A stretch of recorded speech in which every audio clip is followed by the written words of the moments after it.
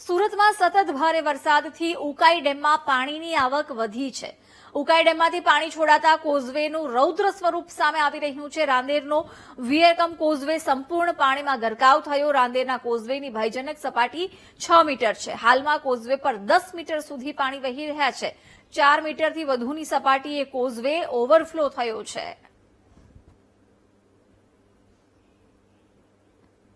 ઉકાઈ ડેમમાં પાણીની આવક સતત થઈ રહી છે। 4 મીટરથી વધુની સપાટીથી કોઝવે ઓવરફ્લો થઈ રહ્યો છે। વિગતો સાથે સંવાદદાતા ધ્રુવ જોડાઈ ગયા છે। ધ્રુવ, હાલમાં કોઝવે ઓવરફ્લો થયો છે, એ પણ 4 મીટરથી વધુની સપાટીથી, શું અપડેટ છે ત્યારે?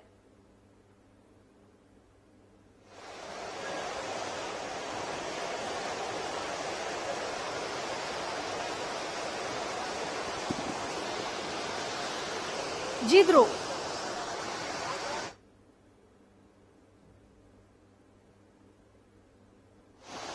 બિલકુલ જે રીતે ઉકાઈના ઉપરવાસમાં વરસાદ વરસ્યો અને સતત આવક થઈ છે ઉકાઈના ડેમમાં, જેને લઈને અત્યારે હાલ આ સપાટી જોઈ શકાય છે। સુરતના ઉકાઈ ડેમમાં જે રીતની 2,47,000 ક્યુસેક જેટલું પાણી છોડાતા જે વિયરકમ કોઝવે આવે છે તે તેની ભયજનક સપાટીથી પણ 6 મીટર ઉપર વહી રહ્યો છે, એટલે કે 10.4 મીટરે અત્યારે આ કોઝવે વહી રહ્યો છે અને તેના રૌદ્ર સ્વરૂપે અત્યારે આ કોઝવે ઓવરફ્લો થતો જોવા મળ્યો છે।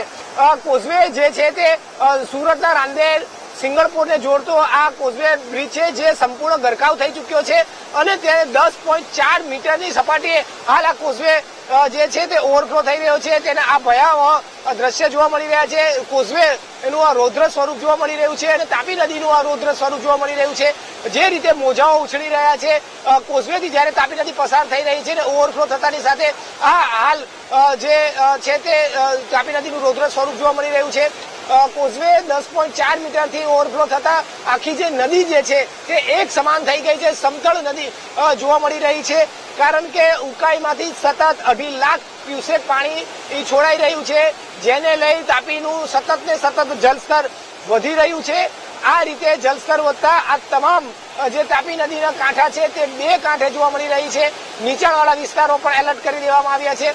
તો બીજી તરફ આ જે આખો કોઝવેનો પટ જોવા મળી રહ્યો છે, કોઝવેના દ્રશ્ય જે જોવા મળી રહ્યા છે તે ક્યાંક ડરામણા હોય તેવું જોવા મળી રહ્યું છે, કારણ કે જે રીતે કોઝવે પાસેથી નદી પસાર થઈ રહી છે અને તાપી નદી જયારે ગાંડીતુર બની છે અને દરિયાના મોજા ઉછળતા હોય તે રીતે અત્યારે આ કોઝવે પાસેથી પસાર થઈ રહી તાપી નદીઓના જે છે તે વહી રહી ત્યારે ઉછળી રહ્યા છે।